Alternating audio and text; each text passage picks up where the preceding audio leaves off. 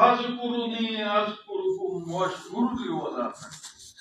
নগো আল্লাহ পাক ফরমাইছে, বান্দা তুমি এক্ষুনি এই মুহূর্তে আমাকে একবার ডাকো, আমাকে স্মরণ করো। তুমি স্মরণ করার দেরি আমি খুদ কি করব, তোমাকে স্মরণ করব। এর থেকে বড় দয়া, এর থেকে বড় কথা কি বলতে পারে জগতে? এর থেকে বেশি তুমি জোহরের নামাজ পড়লা, ফরজ নামাজ পড়লা, সেজদা দিলা, সেজদা দিল থেকে, মন থেকে, ভক্তি নিয়ে, মহব্বত, বিশ্বাস নিয়ে, মহব্বত নিয়ে তুমি সেজদা করলা,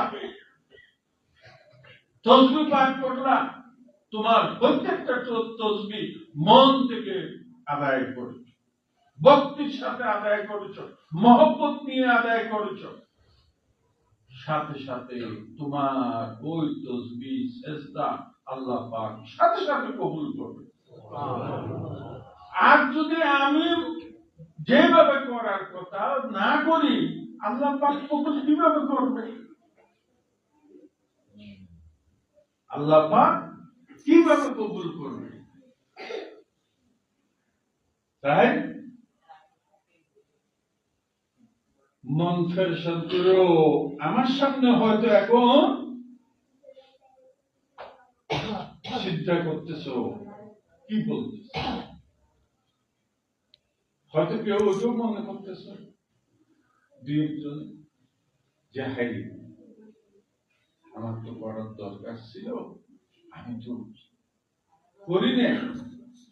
হয়তো এটা আমার সামনে এতটুকু তোমাদেরকে সময় দেওয়া হইতেছে, আজরাইল যখন সামনে আসবে, মালাকুল মউত যখন সামনে আসবে, এতক্ষণ সময় তোমাদেরকে দেওয়া যাবে না, দেওয়া হবে না।